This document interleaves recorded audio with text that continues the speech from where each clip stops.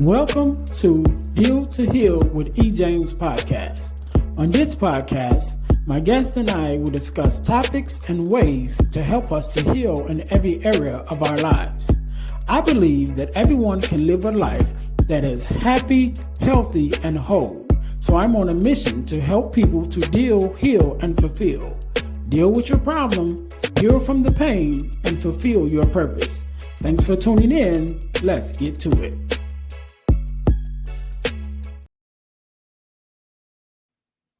Hey guys, real quick, before we jump into the episode, I need you to do the 3 S's for me. What is that? First of all, I need you to subscribe to the channel so that you don't miss an episode of our podcast. Number 2, I need you to share it with your family and friends. Don't keep it to yourself. Share it with someone else. Lastly, I need you to say something. Leave us a comment. Let us know how we're doing. Let us know what you want to see from us, what you like, what you don't like.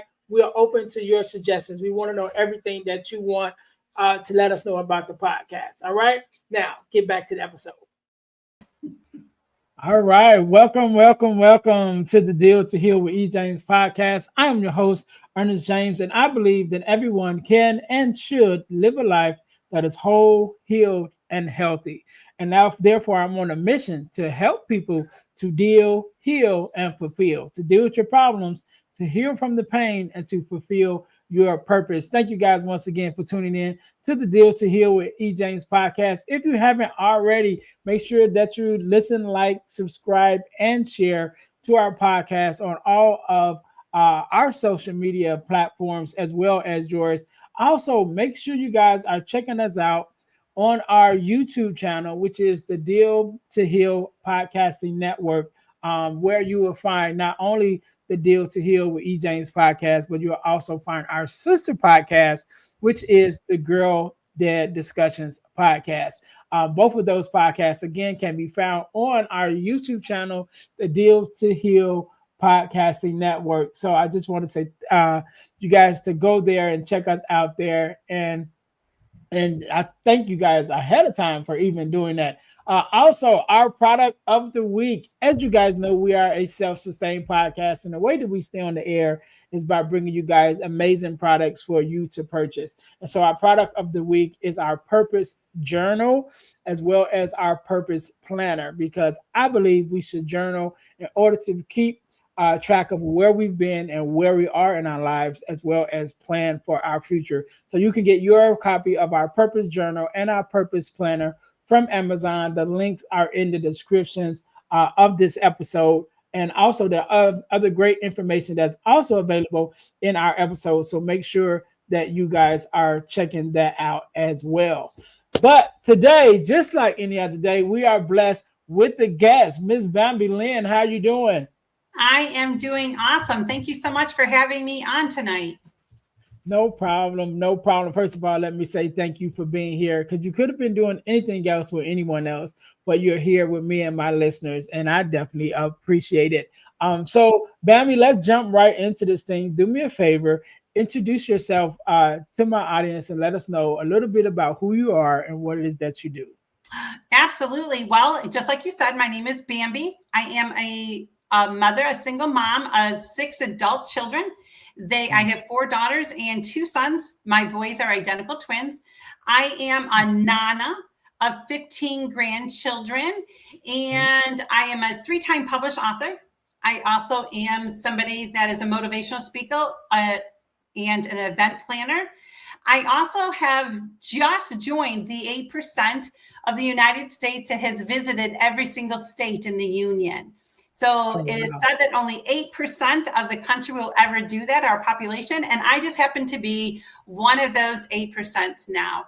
I love writing. I don't journal as much as I should, because, sometimes people journal differently than just writing down. So, and I love creek walking, and I live in the Golden Isles of Georgia, where the shrimp is sweet.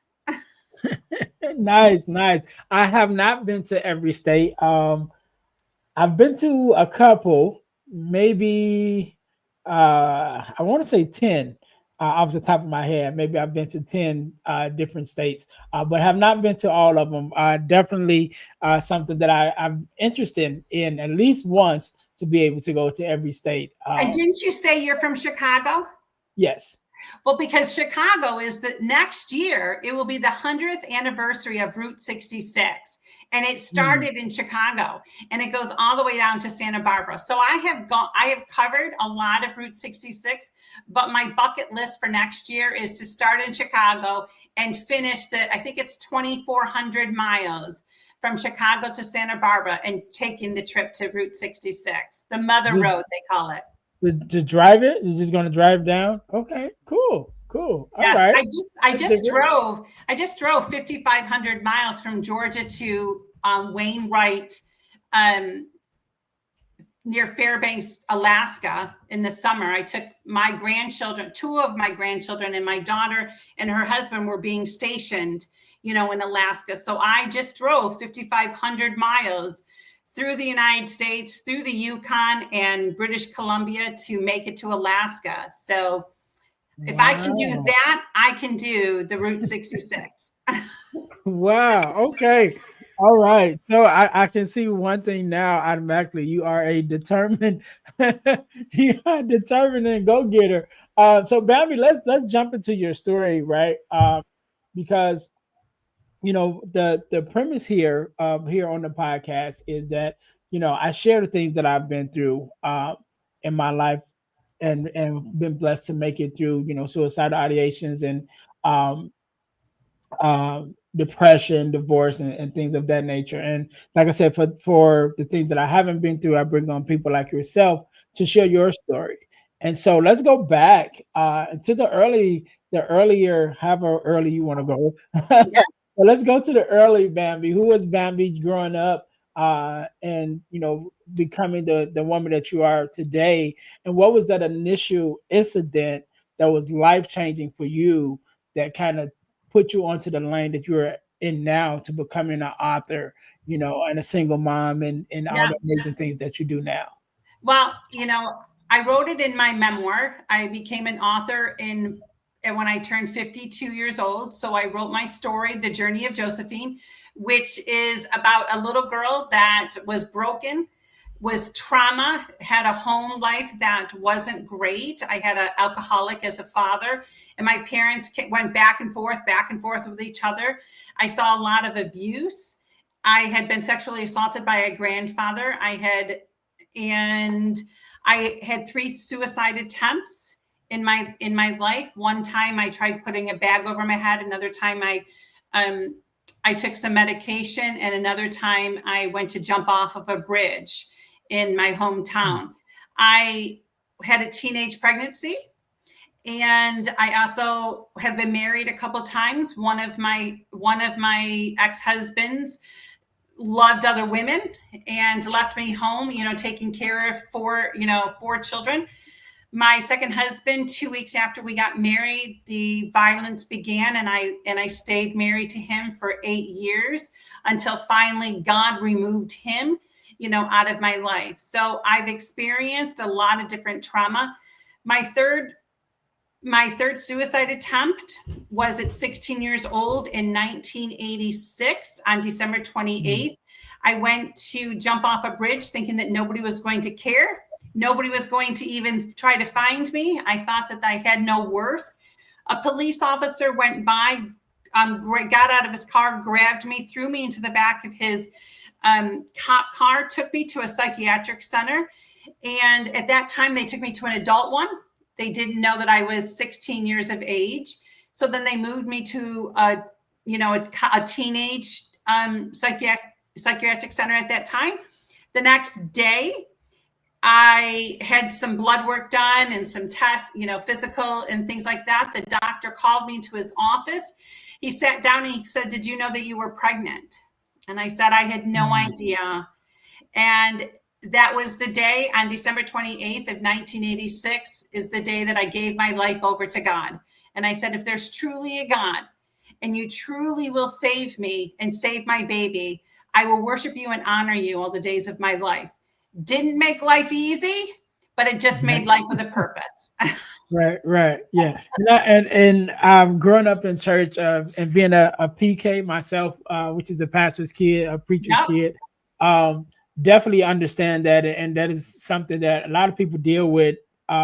Who's some people who've actually been, in the faith before, and then some people that's newly coming to the faith is like, oh yeah, now everything's going to be great. And like, no, not exactly. You know what I mean?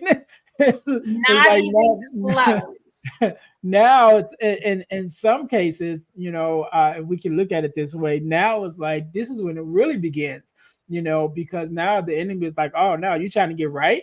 You know what I mean? Like you're trying to live right, you're trying to help people. Oh, now he's really going to start throwing things at you. Um, Absolutely. but But you I begin like, to go ahead. Go ahead. yeah, I was going to say, but I like what you said, because when we come into the faith and begin to, give our life over to Christ, and we realize how some of the things that we've been through and some of the experiences that we have had uh, weren't always for us, should I say, and then you go into finding your purpose and realizing like, oh, I went through this situation, which was terrible, you know what I mean? But out of it, I have this new sense of purpose. And now, again, even like with this podcast, now I'm able to use those things to help others. Absolutely. And it begins, you say, your whole podcast is deal to heal. Mhm. The thing is that I tell people the very first thing that you need to do is to forgive yourself, thinking that your past had anything to do with you. And forgive yourself thinking that the abuse that you went through had anything to do with you. You just happened to be the bystander.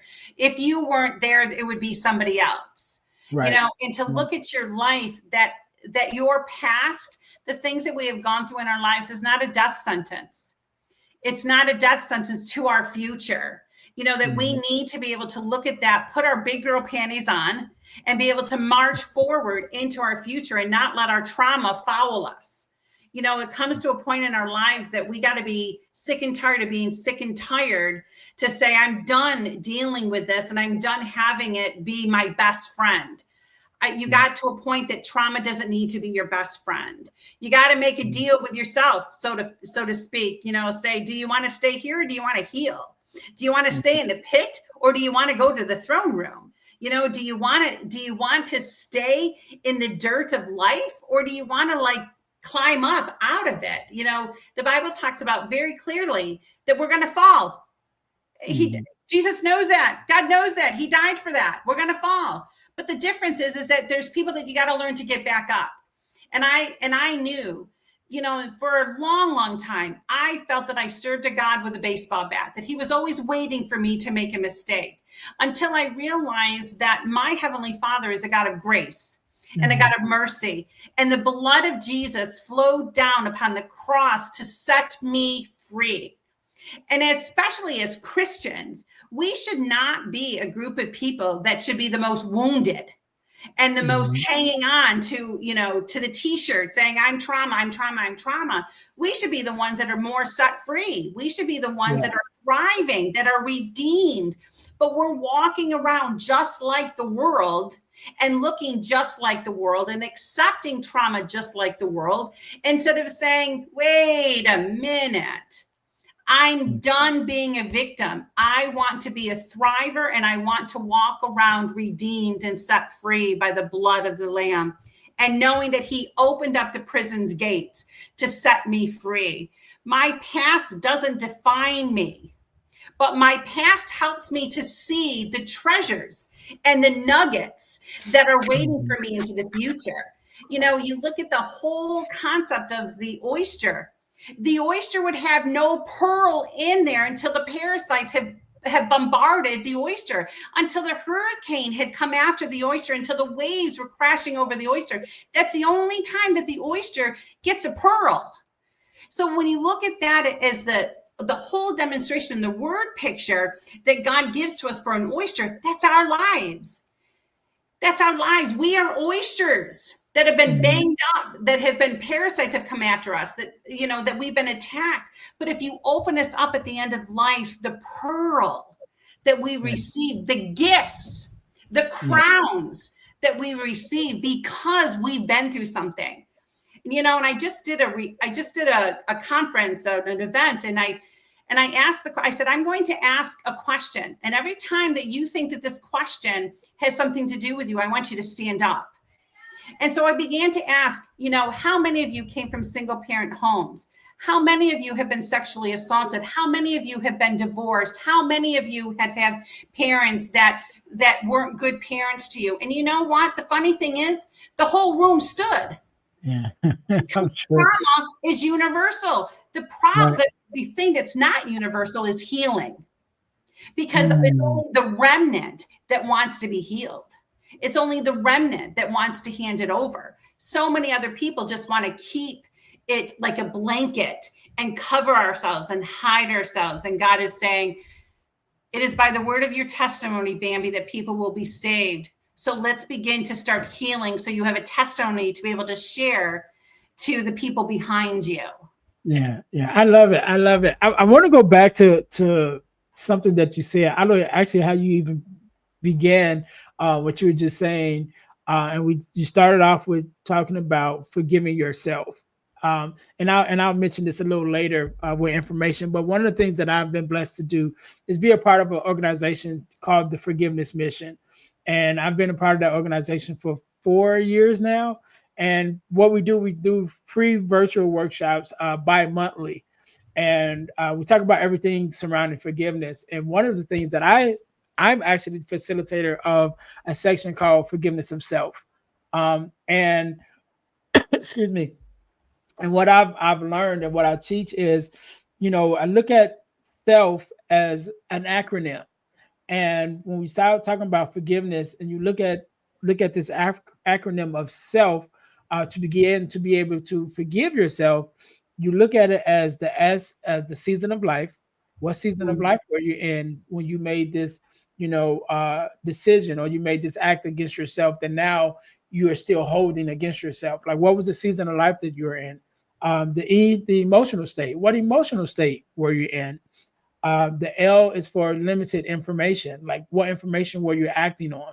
Because you didn't know all the facts, and so whatever your action may have been because of not having all the facts. Once you got all the facts, then you're like, oh man, I shouldn't have done that. Now you're holding this grudge against yourself, but you have to acknowledge that you didn't have all the information. And then the F is when you take in consideration all of those first three: the season of life, the emotional state, the limited information that you may have had. Then you can give yourself forgiveness by grace, by acknowledging that in those moments you are doing the best that you could, with what you had. And so that's a whole whole thing that we work through in that forgiveness mission. And I'll talk more about that at the end for my audience. But that's where we start with that forgiveness of self, and begin to forgive ourselves, because again, our journey is not always for us. Some of it is for us, some of it is for us to learn some things, some of it is for just some decisions that we may have made that, okay, now you have to deal with the ramification of those decisions. But there are some things that, find ourselves in some situations where, even though we're the one that lived through it, it's not necessarily for us. It's for those who we are that we are intended to help and to serve. And I like what you said. My mind thinks in pictures sometimes, and so when you were mentioning about carrying the trauma with you, I seen a person carrying trauma on their back, like a monkey on their back. And it's like at some point you got to switch it, where now you're not carrying it on your back, but you're carrying it more so in a suitcase, because not even a suitcase, a briefcase, right? Because now you get to take it and present it when you decide to. Like, I can carry this and it's not affecting me because I'm in control of it. But now I get to present it to others that it may help, so you be able to present the things that you've been through, the traumas that you've made it through, and say, look, this is what I made it through, and you can make it through as well. But now it's not a monkey on your back, or should I say, maybe it's not a book bag anymore. Now it's in a briefcase where you get to control when it's displayed or not. Yes, absolutely. thing that came to my mind. Because I run a ministry, Healing Through Stories. Because when I wrote my book, when I wrote my memoir, and it came into the mail and I sat for the night reading my book, more healing was happening, more peeling of the onion was taking place in my life. And as I closed the book, I said, you know what, Lord, this isn't me anymore, but now I want to find her. I want to find the woman that needs the courage and the bravery to be able to write her story. So I actually even sell t-shirts that says, my story, your first aid kit. Because more and more, if I continue to share my story, there's nuggets that are being put inside of the first aid kit to be able to help heal you. And you have to be willing to go through, that. When I was 25, 26, I actually had a pressure canner blow up on me. And so I had to spend 17 days in a burn unit. And when you're in a burn unit, they take you into a room and they put you on a metal bed and they tie your hands and they start scrubbing the residue and start scrubbing the skin off. But they need to do that in order for new skin to grow. So if you want new skin to grow even in your own life, we got to be scrubbed of our trauma. We got to be scrubbed of the dead skin and the dead residue for God to come in and to put the new skin on. The problem is that so many times it hurts. It's painful. It's something that you don't necessarily want to do. Sometimes, they had to drag me to that room because I knew what was going to happen. In that room, I knew my hands were going to be tied and I knew that I couldn't stop the scrubbing. But at the end of it all that dead skin was removed so that new skin can grow. We've just got to be willing to stop medicating ourselves to take away that pain and deal with that pain and deal with the residue so that we can have new skin and so that we can be new and refreshed and have other people hear our testimony, and that we can help bring healing through listening to their stories and bring a first aid to them. We're only pioneers in our stories. We are pioneering and we're plowing the field with our stories for the next person behind us. We are all part of a community of people that we touch in our lives, but we're pioneers. When we decide to say, I'm sick and tired of being sick and tired and I don't want to be in the pit anymore, I want to get out of the pit and allow people to lift me out, that's when the journey and the healing begins. And, you got to think about the pioneers. They took a chance. They took a chance. They didn't even know what was going to happen in the unknown. And you know what? When you decide to say, I'm sick and tired of being sick and tired, you're taking a chance on yourself. You're taking a chance to become something different and not to be bitter and not to be hateful and not to be deceitful and not to be depressed. You're taking a chance. You're pioneering. You're packing up to go to the unknown because you don't know what it feels like to have that freedom. So you're taking a chance. And so if you go through and if I go through, then other people are watching us and saying, wow, you know what? I think I want to go, out west. I think I want to pack up my belongings and go out west. It's because they're seeing us and they're seeing the change in us. They're seeing the change in our demeanor. The things that have happened to us, we should never have had a smile on our face. I should never have beautiful skin because of the things that I have gone through. But because I've chosen joy and because I've chosen love and because I've chosen forgiveness. And if you hear the word I chose, I had to choose to do that. Now it comes naturally.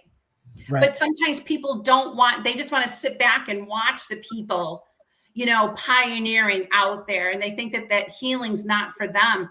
Healing is for them. If you think about even going up a hill, a mountain, you can see, if you see mountains, I've been out west, I've been all over the place now. I've been to all 50 states.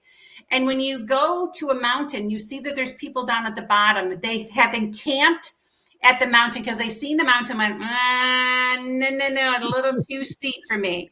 And then you have some that climbed the mountain, but then they stopped and now they have encamped in the middle part of the mountain because they're like, this was a lot of work. I don't know if I'm going to get up there. But then you have people that have gone all the way to the mountain, and they built their house on the mountain because they saw the horizon and they saw the beauty of the horizon. It takes work to climb the mountain. And that's why so many people give up. And that's why there's a remnant that doesn't give up. There's a remnant that says, I don't want to stay there anymore. I didn't like how I was. I didn't like feeling depressed. I didn't like not wanting to get out of bed. I didn't like eating till I, wanted to puke. I didn't like, I no longer want to go to the store anymore and just buy and buy and buy and buy. I got sick of that. Yeah. And I wanted to climb the mountain to see the horizon. I didn't want to be the ones at the bottom that said, that's too hard. I didn't want to be the one in the middle that said, that was too much work. It's too much to do. I wanted to be the one at the top of the mountain that said, you know what? It was worth the heartache. It was worth the lies that I believed. It was worth stop telling myself stories that weren't true. It was worth the work because now I get to see the horizon. Yeah, I love that. I love that. And with all the things that I do as far as the workshops and things of that nature, I always start with self, because I tell people yourself is the only one you can control. You can only control your emotions. You can only control your decisions. You can only control your actions. And so again, starting with self and then even making that choice to start with yourself. And then, once you've dealt with you, then it opens up your mind and it opens up the ability for you to then make the choices to, okay, now I'm going to address these other things because now I've begun the healing with myself. And I also like what you talked about being the pioneer and, not only being the pioneer of your life, but being the pioneer what other people sees. And it reminded me of, Dave Chappelle, the comedian, one of his stand-up acts, he talks about being, you're in your life, but you realize that you are a character in someone else's story. Yes. You know what I mean? And so when you were saying the pioneer, that's what I thought of. Was like, yeah, like you think you're just living your life. But no, Bambi is now a character in my story because now we've had this experience. And I said, you know what? I met a lady once, and she's been through all 50 states. You know what I mean? Exactly. So now you are, even though you're just living your life day to day, but now with us crossing paths, you became a character in my life and a part of my story. And we definitely want to make sure that chapter that we cross paths with other people, that when we become a character in their story, we become a positive character and we become a character of that light and a character of that hope, a pioneer of where you can go. Like you don't have to stay here, and then when you're at the bottom of this mountain and you're looking up, yes, the mountain looks like it's so large. But if you look down at your feet and just begin to look at the steps that you're taking in front of you, without looking so far ahead that it discourages you, you'll realize once you start walking, you look up and you'll be there, Absolutely. And so yeah, I love what you were saying. I want to talk for the sake of time. I know you are an author, and so I definitely want to give you a chance to talk about several of your books, but one in particular, we were talking about it before we started recording, but I'll let you introduce it. So tell us a little about some of the books that you've written, and then we'll get into the last one. Yes. Well, the first one, just like I said, I wrote my memoir, The Journey of Josephine, how God took a broken little girl and he used a rag doll that I got as a Christmas present to take me on a journey. She was like my security blanket. So it is my raw account of how God, continued to move through my life and how he continued to show up and how from the foundations of time that he called me by name. And that it didn't matter where I was going and what I was going through, that he still had called me. So that is my book, The Journey of Josephine. The Treasures of My Heart is in the midst of our storms. Sometimes we forget that there's nuggets that are being formed, or there's nuggets that God left upon the path. We're only getting caught up in the storm, like the disciples in the boat. They got really scared in this storm. They didn't understand that God had said, we're going to get to the other side. They forgot that because they were in the storm. And, and now I've been on a cruise and I was on a very rocky cruise. I now have empathy for those disciples. Like, I understand now. But in the midst of that, God gives us nuggets. And the only time that we should ever look in the rearview mirror is to see the treasures that he has given to us along the path, whether it's friends, whether it's family, whether it's a gathering, whether it's a gift that you were given. Those are all treasures that he gave to you in the midst of the storm. So that is the treasures of my heart, is this book. Then that just came out. My third book just came out on July 4th. And this book I've been writing for about 20 years. And what I did, it is the seas. And it comes from the story of Hagar. And Hagar was in the desert, and she was a woman that got to name God, that God saw her, that God, cared for her in the midst of her desert as Sarah and Abraham had thrown her out. So I wrote The God Who Sees, which is about 33 different women within the Bible, that I took their stories as if they were living today. And I wrote them in a way that women could relate, to these women. I wrote a story, it is Domestic Violence Awareness Month. We're almost finished with this month, but one of the stories I wrote about was Abigail. And I don't know if we have time for me to be able to read that chapter so you get a sense of what I wrote. Yeah. So it says, I stood at the kitchen sink, finishing up the dishes that I had used during the preparation of dinner, and wondering if my husband would come home happy, since we had a little argument the morning before he went to work. I heard his car pulling into the driveway, and my heart sank and my stomach began to churn. I wasn't prepared for whatever was going to happen when he walked into the door. I didn't know his mood or the words that he would spew out of his mouth. I learned a few things from going to Bible study. Someone suggested I make his favorite dinner and bake a pie, and it may change the mood and the atmosphere. I was to set the table really nice in preparation for him coming home from a long day at work. The women at the Bible study reminded me that he works really hard and that he is stressed out and that he just needs an atmosphere at home to be peaceful. Nobody talked about the fact that I was a young mother with 4 children under my feet at the time. 3 of them were in diapers, and I had the responsibility of taking care of everything. Although my husband was the breadwinner, after all, women were made for that. It wasn't about me being comfortable. It was about me making sure that he was. My husband walked in, and I could tell by the slam of the door that he wasn't happy. I knew that my evening would be that of serving, trying everything I could to make him feel better and not on edge. We sat at the table without a word. I tried to make small talk, asking about his day and about the people that he saw or he talked to, but he never responded.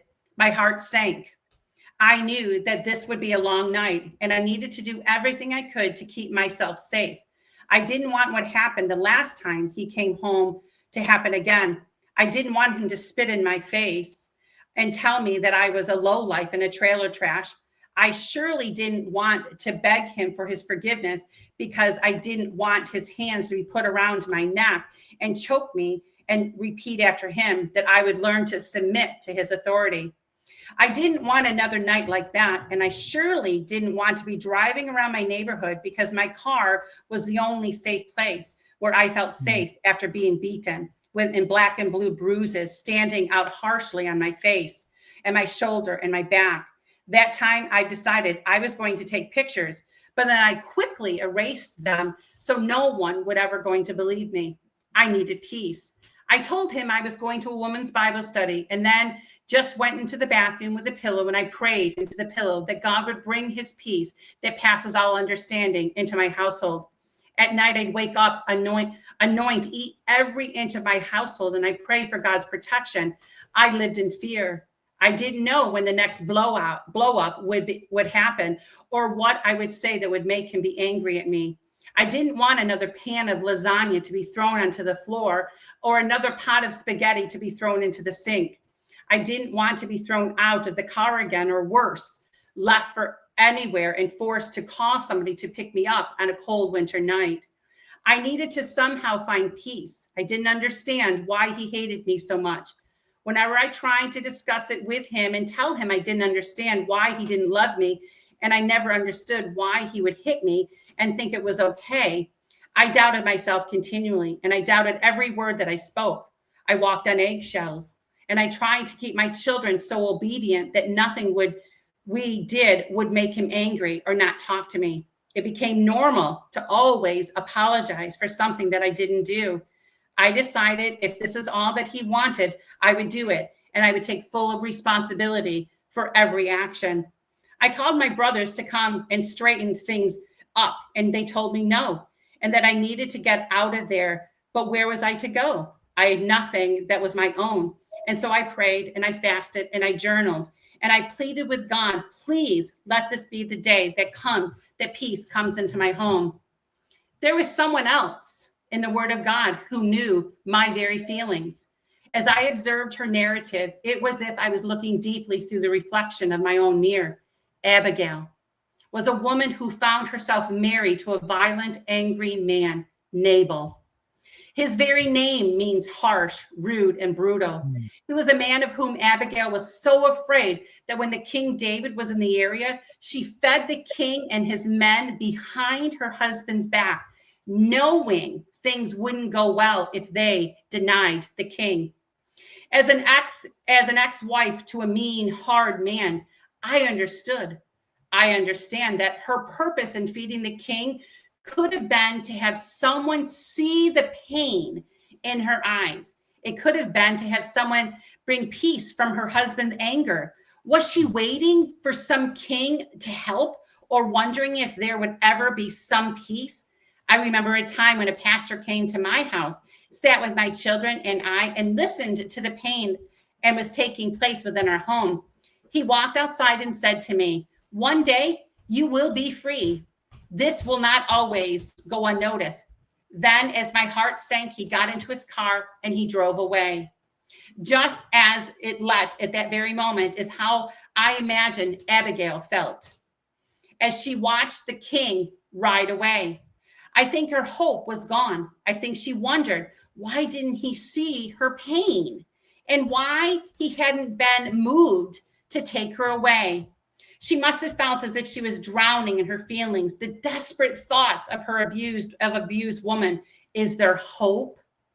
Will there ever be an escape from this life? I'm already dying inside. There has to be more, right? It overwhelms my heart with joy that Abigail's story doesn't end there.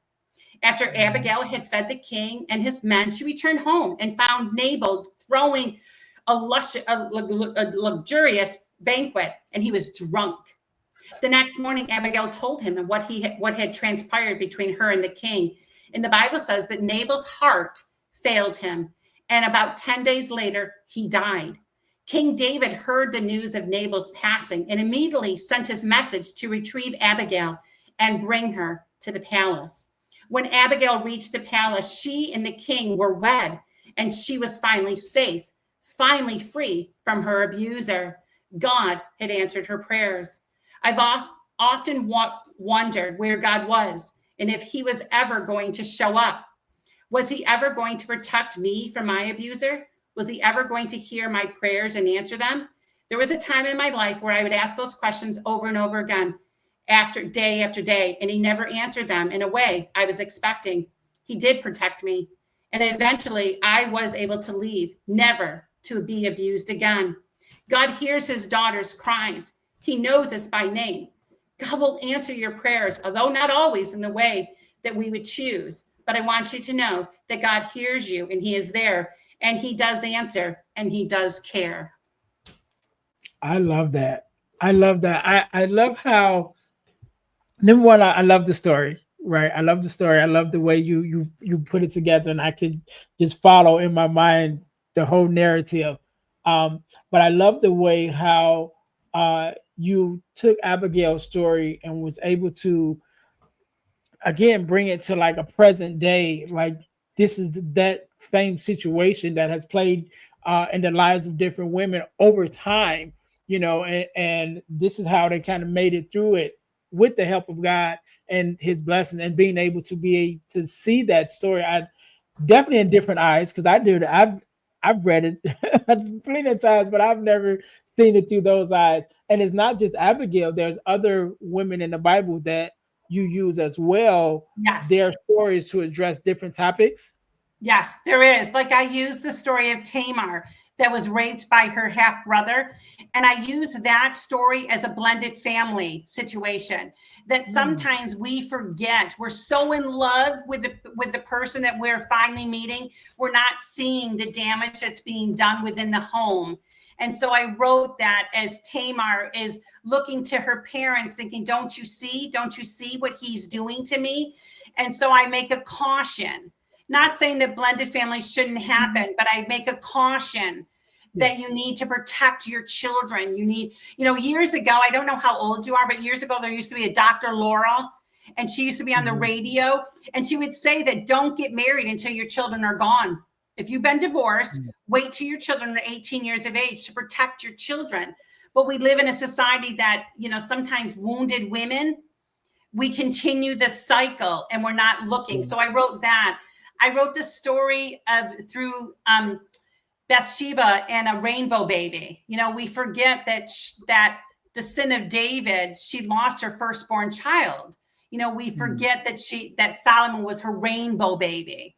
I talk about adoption, with Moses, and I talk about sisterhood with Mary and Martha, in a way that Mary could be used to the fact of Mary never showing up. Martha's always in the kitchen, because if you grew up with family members or brothers and sisters, there's somebody in your family that's always at the bathroom and the dishes need to be done.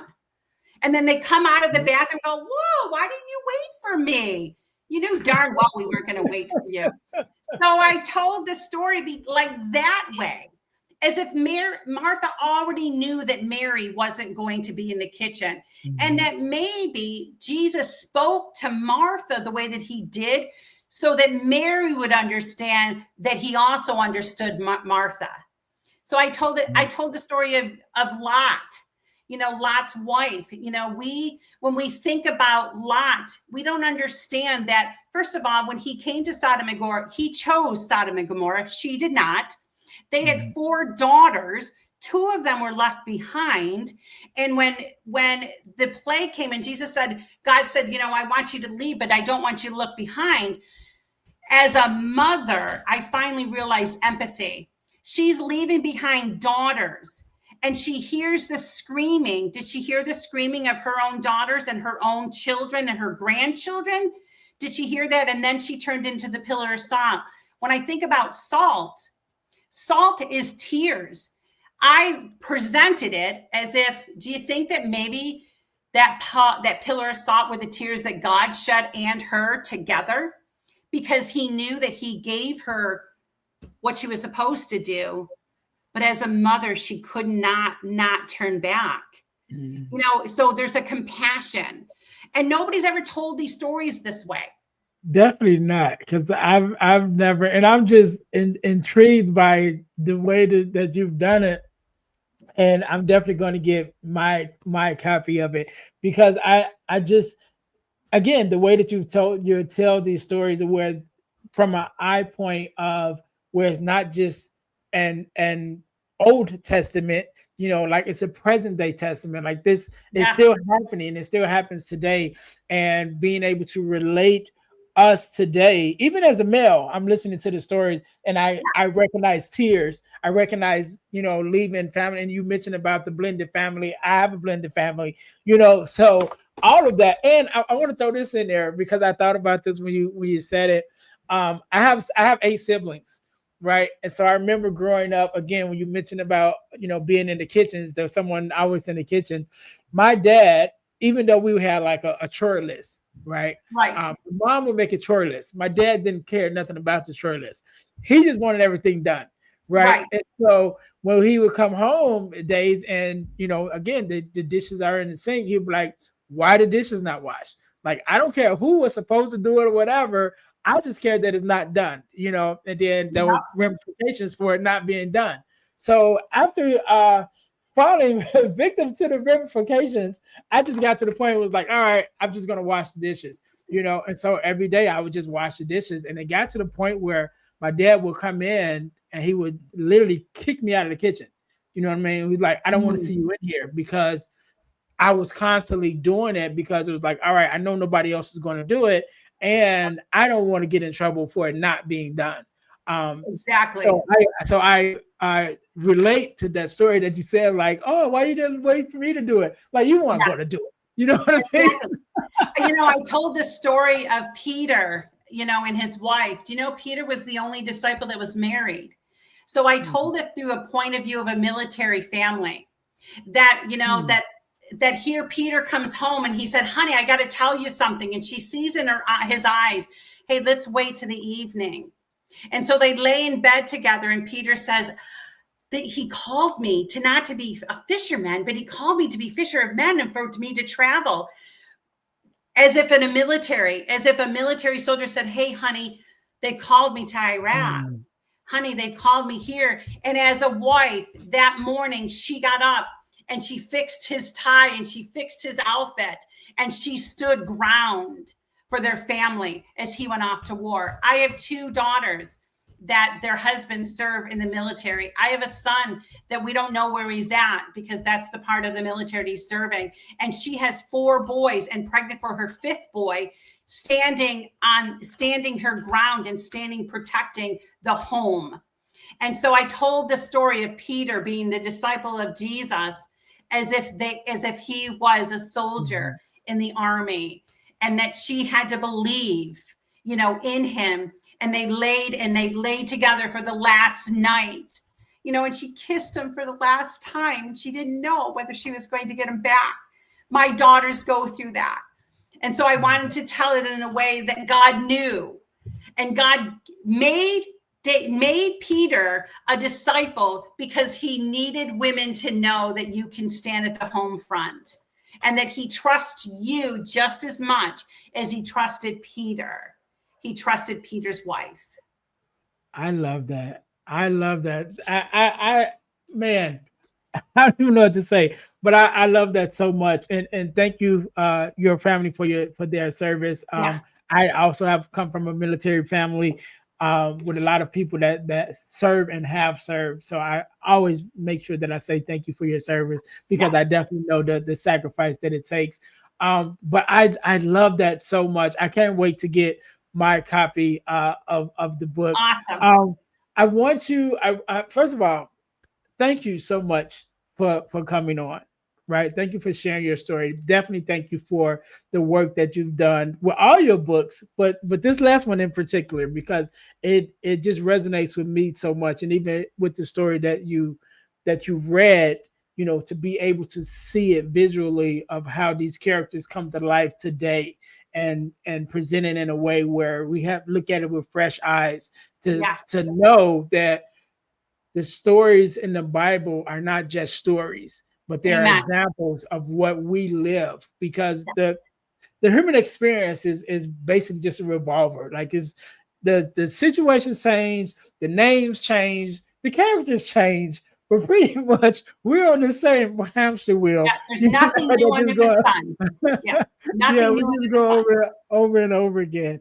But I thank you so much for being on. I want you to have the last word and I want you to leave us with a word of advice, a word of inspiration, however you feel, and also leave us with your social media handles and things of that nature, and where we can find you and find your books and things of that nature. So I'll give you a couple of seconds to think about that. Okay. To my listeners, thank you guys once again for tuning in to the Deal to Heal with E. James podcast. Make sure you guys are checking us out on our website, which is the Deal to Heal, not it's dealhealfulfill.org, which is our main website. Again, that's dealhealfulfill.org. Make sure you guys are going there to check us out and check out some of the things that we have going on, as well as check out my new website, which is ernestjamesspeakslife.com. Where you can go to find out more information about me as a speaker and a workshop facilitator, and also, excuse me, also, you can hire me to come out to present uh, a keynote or a workshop for your school or organization. Again, that's ernestjamesspeakslife.com. Make sure you guys are checking us out there. Um, Also, ebooks by ejames.com. I talked about earlier the self acronym that we talk about in the forgiveness mission, but I also wrote an ebook around the self acronym called Forgiving Me, the 4-Step Guide to Self Forgiveness. And that can be found at ebooks by ejames.com. And also some of the other ebooks that I wrote, including the 4 core, which is the 4 core values that every daughter should get from her father. That Mm. ebook is very powerful, that I believe, and we talk about it on the deal, not the Deal to Heal, but on the Girl Dad Discussions podcast. We talk about that ebook with some of the other girl dads and the daughters that we have on. So you guys can follow out of the ebooks at ebooksbyejames.com. Please go and check those out there. Also, our inspirational t-shirt line at deal2healtees.com. That's deal, the number 2, healtees.com, where you can get your podcast merch, which is our t-shirts with our podcast logos on it. You can get your official Deal Heal Fulfill t-shirt with our mantra on it, which is the one that I wear constantly, which is the deal with the pain, heal from the deal with the pain. No, I can mess it up my own slogan. But you can get your t-shirt at deal2heal tees.com. You make sure you guys go there. Last but not least, I talked about it a little earlier. Over the last couple of years, I've been blessed to be a part of an organization called the Forgiveness Mission. And what we do, we have free virtual workshops bi-monthly. It used to be every quarter, but now we started doing it bi-monthly to talk about everything surrounding forgiveness, forgiveness of self, forgiveness of others, even forgiveness of the world. Because we believe that forgiveness is so important in our lives today. So make sure you guys go to forgivenessmission.com in order to sign up for our free virtual workshops. The workshops are absolutely free, but the information is priceless. You might definitely want to go to, again, forgivenessmission.com to sign up for our next free virtual workshop, or you can go to Eventbrite to register for our next free workshop. Just look up Forgiveness Mission or Forgiveness Workshop sponsored by the Forgiveness Mission, and you will find it there on Eventbrite. So again, Miss Bambi, I want to say thank you so very much for being on, for being a guest, for sharing your story, definitely for sharing your book. To my audience, we're going to make sure that we put the links to the books in the description so you guys have easy access to find it. But again, I want to thank you so very much for being on. I want you to have the last word, so the floor is yours. Well, thank you so much for having me. It just isn't, it's something that inspires me to continue on my path on my mission of healing through stories. And I want to tell your audience, when you think about the whole metamorphosis of a butterfly, I want your audience to understand that they were always born a butterfly. And that even though we have to crawl sometimes as a caterpillar, we have to crawl through the things of our lives as a caterpillar. That caterpillar is still a butterfly. It just doesn't realize it until it goes inside of the chrysalis and it's in a dark point and a dark thing, and it's renewing its mind. It's being told over and over again that it is a butterfly. It is a butterfly. It is a butterfly. And then there's a moment that butterfly emerges out of the chrysalis with the wings to fly. Every single one of us have wings to fly. Every single one of us are butterflies. We're created as butterflies. We just were caterpillars for a time in our lives. And that caterpillar time is our trauma, is the brokenness, is the pain and the depression and the things that we have gone through in our lives. But I want you to know that life is about moments. Moments don't last forever. We decided together to share moments that I'll never get back. You will never get back. And we decided to share those moments together. So when you're in a time in your life that you are broken and you're in a time of your life that it's dark and you're in a caterpillar state, I want you to know that it's only for a moment. I want you to know that that moment will pass and that depression will pass when you lay it down at the foot of the cross. Don't pick it up, but go through that moment. The Bible tells us that our mourning will turn into day. Our dance, we will dance again. We will smile again.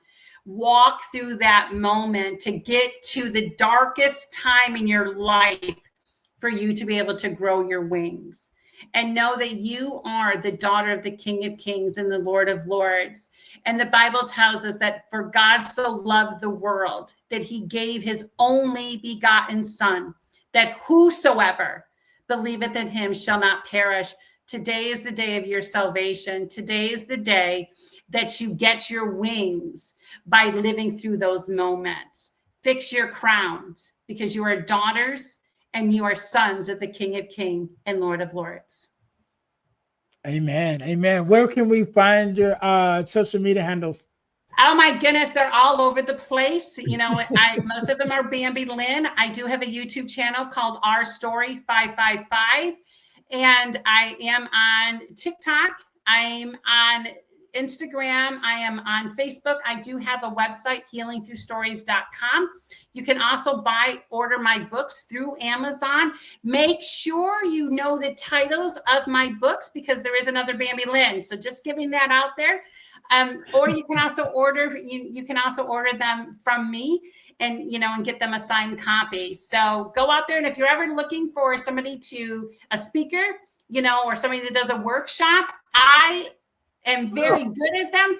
And God has continued to move me forward to present my mission is healing through stories.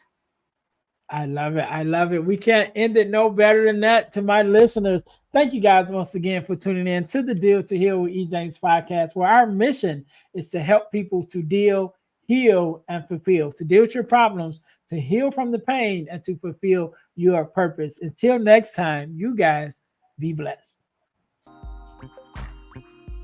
Hey guys, if you're enjoying this podcast, then I know you'll enjoy the Girl Dad Discussion podcast.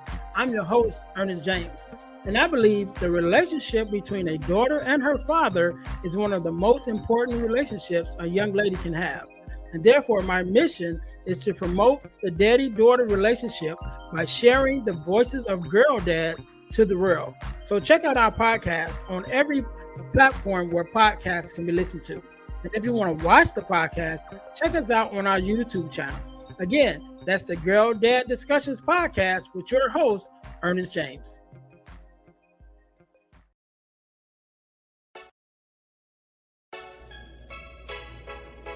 Thanks for listening to the Deal to Heal with E. James podcast. Remember to listen, like, subscribe, and share. This episode has been brought to you by Deal to Heal Teas. Put some inspiration in your situation. Wear an inspirational tea and be inspired all day. Let's go to dealtohealteas.myshopify.com. Remember, our mission is to help you to deal, heal, and fulfill. Deal with your problem, heal from the pain, and fulfill your purpose. Thanks for listening.